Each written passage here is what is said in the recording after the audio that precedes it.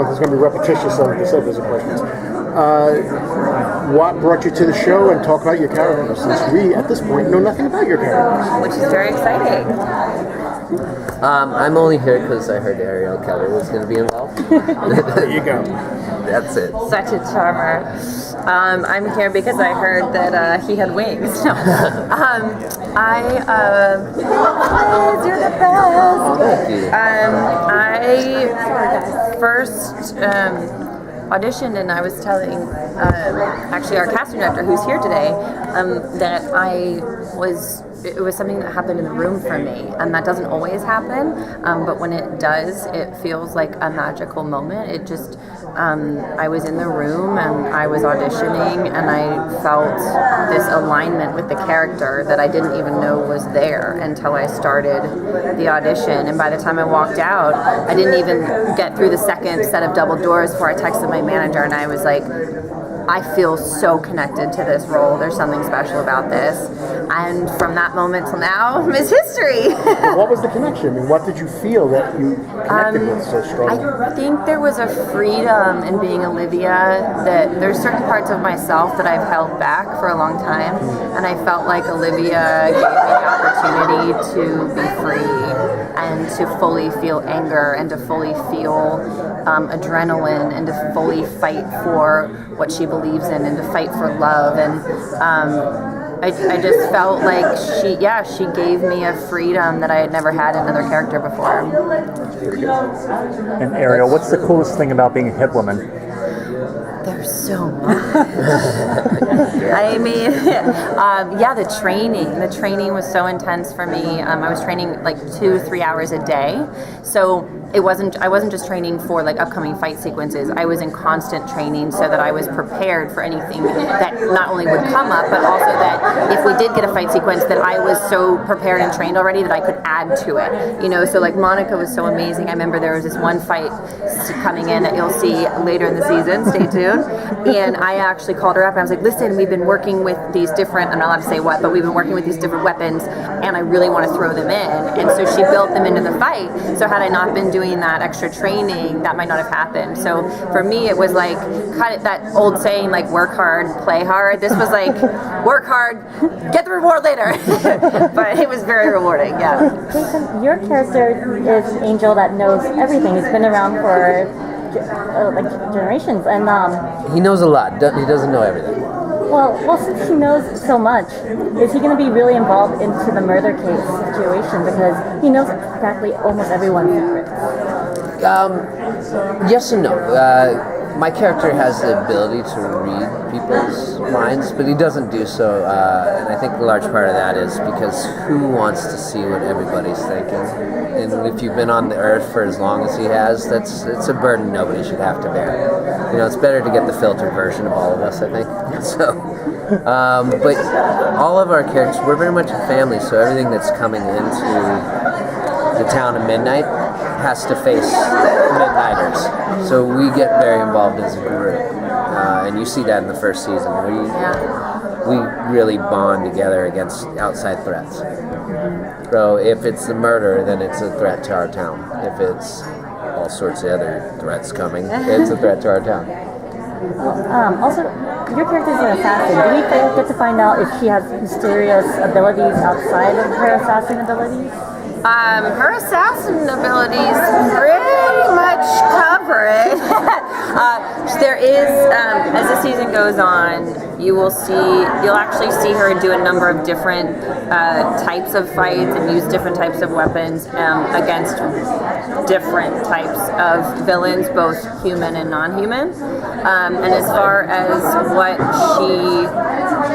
where she goes from there, you know, she's in a relationship with Lem, who is a vampire, and so there's the ongoing discussion of will he turn her, you know, so they can be together forever. And as the season goes on, that conversation gets pretty intense. So to be continued. Does the series go into your backstories at all a little bit? It does. I mean, you've got a large ensemble cast, so as much as you can give at a time, really. But it goes into everybody's backstories, and everybody's backstory has some bearing into why they're in midnight in the first place.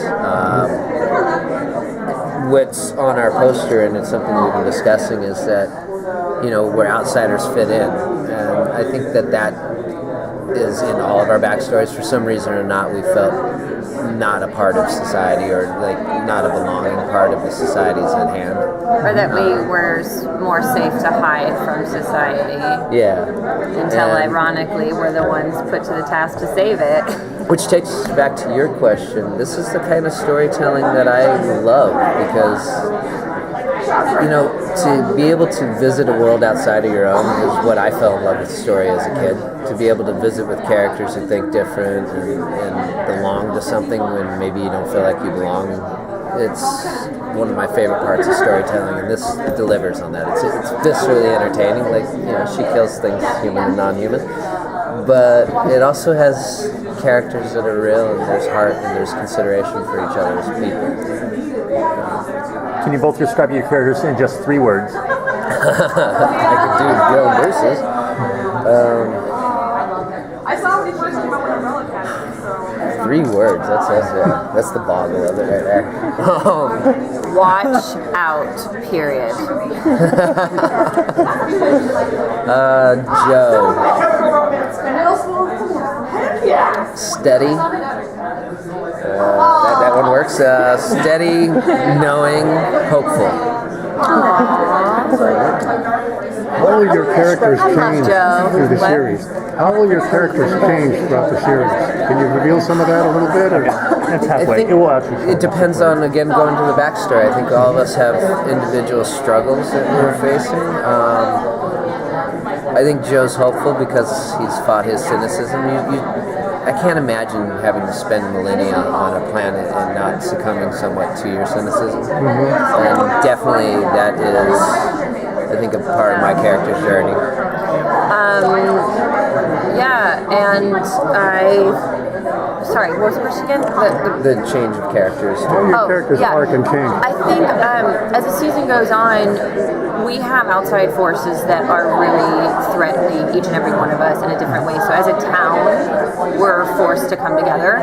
So I think that you see all of us push our own boundaries for one another, and so that to me is the progression.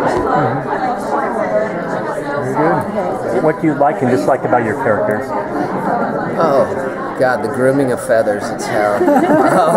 Unless you're in a Victoria's Secret model show, then it's fabulous. That could be an avenue for me later. You should walk with the Victoria's Secret I models. should totally do that. And I'll be on your shoulder. Was that what your question was? Yes. Did we answer that? Is it mostly CGI, or do you actually have to? No, they went with CGI for the wings. Okay. We did a lot of practical stuff. Matter of fact, we did an enormous amount of practical. So much of what we did. I think on that one, they fitted me for practical. It just way too much for the mechanics of it all. Yeah. Thank you. Thank you guys so much. Good to see you You've had again. enough of us. Enjoy the show. No. What? Of course.